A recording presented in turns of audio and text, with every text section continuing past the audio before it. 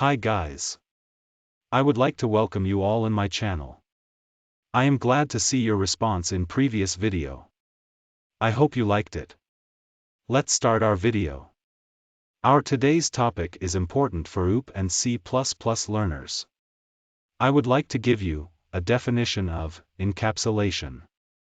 We can define it as, encapsulation means to hide something for different reasons, but with changing availability with our convenience, we can say it in a way when we want. That was the definition of encapsulation. If you are facing any difficulty to understand this term, rewind it and watch again. Let's take an example of encapsulation for better understanding. Class is itself an example of encapsulation, in which we will use the word private to make things hide. By the way, I have to tell you that if you have a great command on it, then you can do more effective things as compared to C language. Second thing, this topic is not very far from abstraction, it also means to show some essential things. Let's see the real-world example, like when we withdraw money from ATM, we only know how to withdraw with some touches on the screen, but there is the thing, do we know how notes were counting by machine with the perfect match of your selected amount?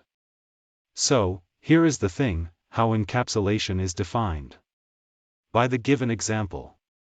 Let's move on to the console to implement it in code form, which will be helpful for you to do in practical way.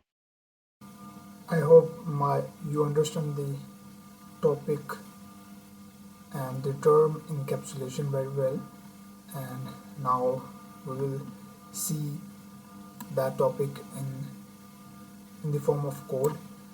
Like I discussed before, the word private and its work is to hiding things, setter and getters, and then we are displaying this information. Let's see the output. This is our output. I hope you understand the topic of encapsulation in the term of abstraction, which is not far from the encapsulation. Thank you for watching the video. Make sure to subscribe my channel and give a big thumb to this video.